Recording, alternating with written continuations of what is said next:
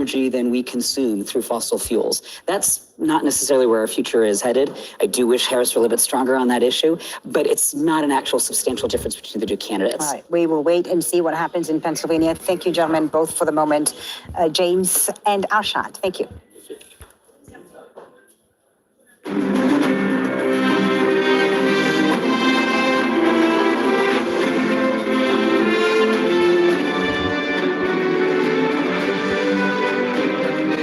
It is 1 GMT and you are watching Al Jazeera's special coverage of the 2024 US presidential election. I'm Fuli Batibo, live from our global headquarters here in Doha. The first results have been rolling in and there have been no surprises so far. Vermont has gone to Kamala Harris, while West Virginia, Kentucky, and Indiana have gone to Donald Trump. Polls have just closed in the crucial battleground state of Pennsylvania. We are waiting to see what happens there. Let's go live to Mike Hanna in Philadelphia. So, Mike, the polls have closed there. When can we expect the first results? Any indications so far? Well, how long is a piece of string? Pennsylvania is problematic in terms of the speed with which results emerge because of the fact that the ballots, the mail-in ballots, are only opened when election day begins. This slows the whole process down. And I must mention, too, that in the midterm elections in 2022, nearly a quarter of the votes were mail-in ballots. So it will take a while before we start seeing trends, although what we will start hearing perhaps in the next few minutes. Mike, I'm so sorry. I'm going to interrupt you. Mike, hold on a second. I'm going to interrupt you because Cyril is at the data wall with some results. Cyril. Well,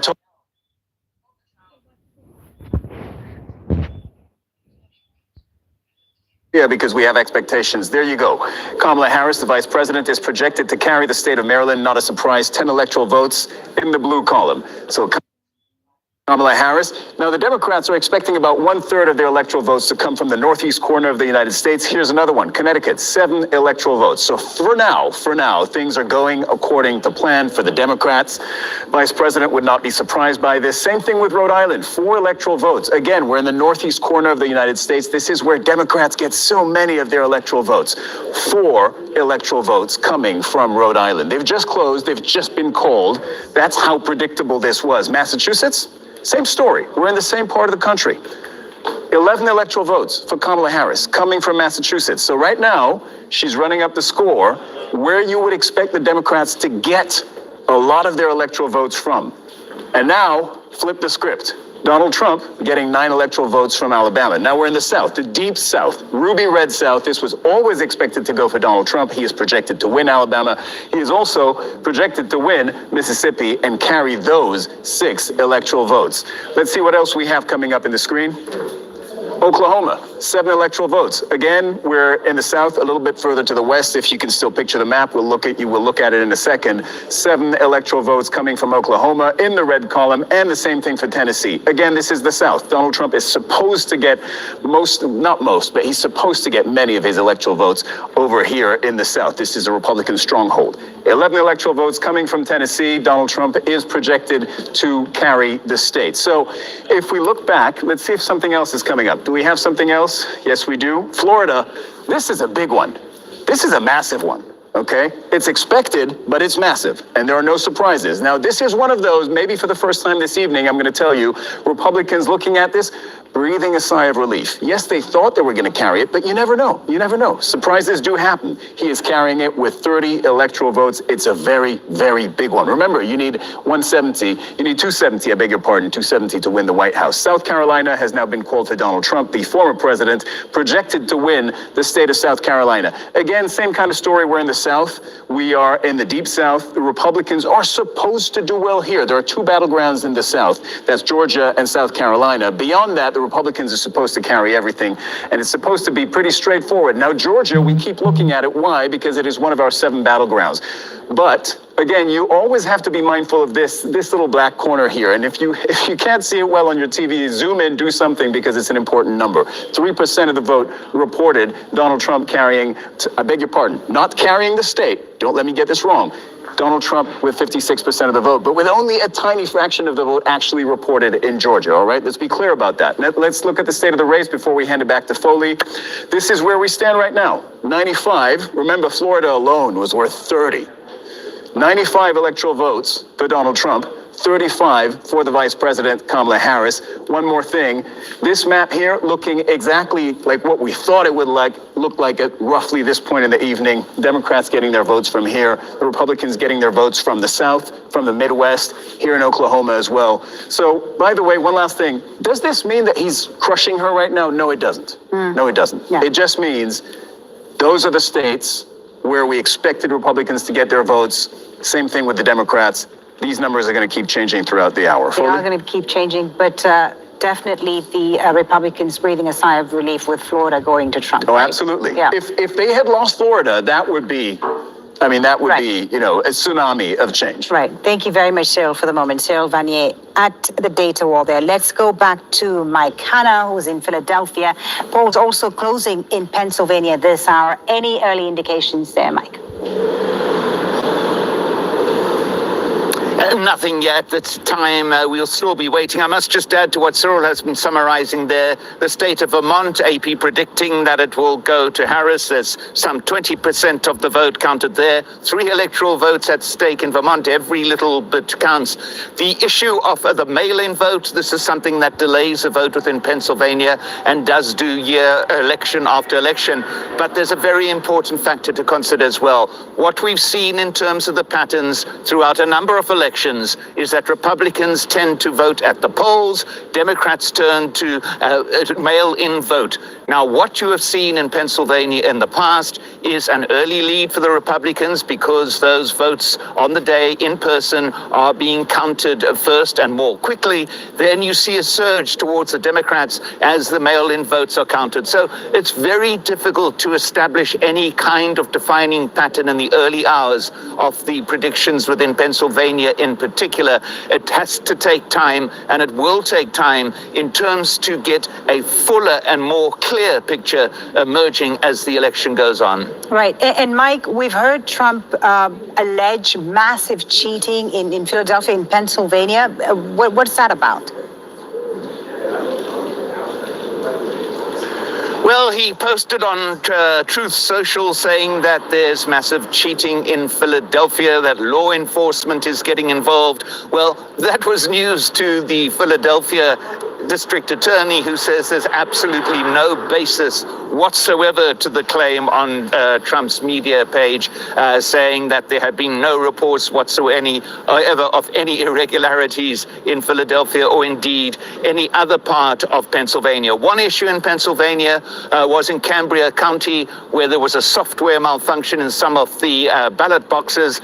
Ballots had to be processed by hand. Digitization had to go on by hand. And the county election board there decided to keep the polls open for another 2 hours. So when we say that polls have closed in Pennsylvania, they've closed everywhere else, but in Cambria County, where they remain open for a couple of hours longer. All right, Mike, thank you very much. We will, of course, go back to you as some early results start to come in from Pennsylvania. Let's now head to Michigan, another crucial battleground state. Teresa Bo is in Dearborn. Teresa, we saw both candidates during the campaign spend a great deal of time in Michigan. Have they been able to win votes there?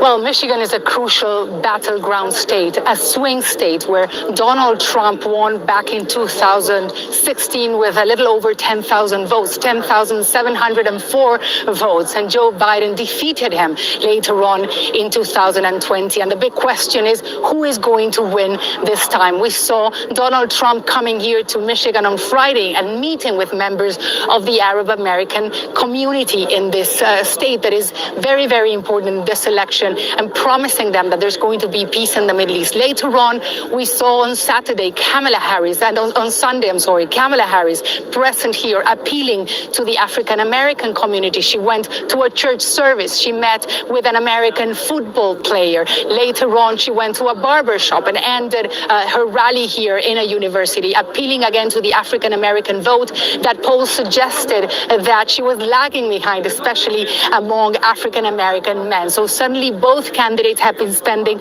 lots of time here.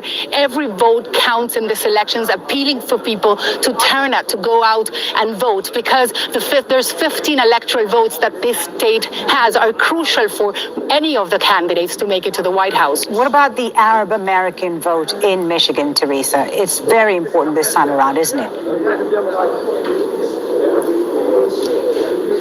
Well, certainly, this is a knife-edge election. It's a razor-thin election where a very small margin could define who is going to win the state and who will make it, in a way, to the presidential palace, to the White House. I'm sorry.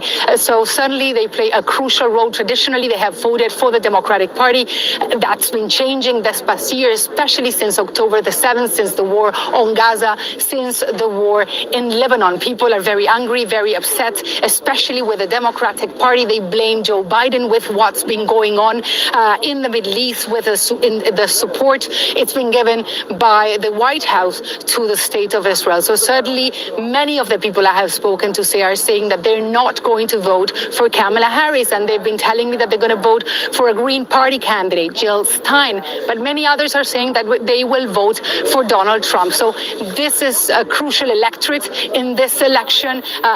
Even though they represent around 1% of the registered voters in the United States, they're located in key swing states such as this one. So in this election where I am right now, this is a watch event where people are gathering to watch who is going to win in this city, Dearborn, with the highest concentration of Arab Americans in the United States. Well, everybody is watching the impact that their vote is going to have in this election. Teresa, thank you very much. That's Teresa Bow live there in Dearborn, Michigan. Well, as the polls close at this crucial time in a number of states, including Florida, let's check in on Alan Fisher, who's in Palm Beach, Florida, outside the convention center there where Donald Trump's watch party is being held. So Florida going to Trump, not a surprise, but I imagine that they're breathing a sigh of relief. Yeah, but there are no surprises. I think they were pretty well convinced that Florida would be in Donald Trump's column by the end of the night, and that's exactly how it's happened. He's winning all the states you would expect to win, but there is an air of optimism around the Trump campaign and among his supporters at the convention center behind me. They think that the early indications are that Donald Trump is going to have a very good night. They're looking at places where Kamala Harris is polling below what Joe Biden was polling in 2020, and they think that's an important indication. One example is a county in Virginia, a state that the Trump campaign has been talking about over the last 48 hours as possibly flipping. Now, the polls don't suggest that, but if you look at this county in Virginia near Washington, D.C., it's traditionally Democratic, but Kamala Harris's lead there is way down on what Joe Biden had in 2020. So for all of those reasons, the Trump campaign seems to think that they're on course for a very good night and Donald Trump to retake the White House. The one thing that critics are pointing to is that Donald Trump has, without any evidence, Trump is simply a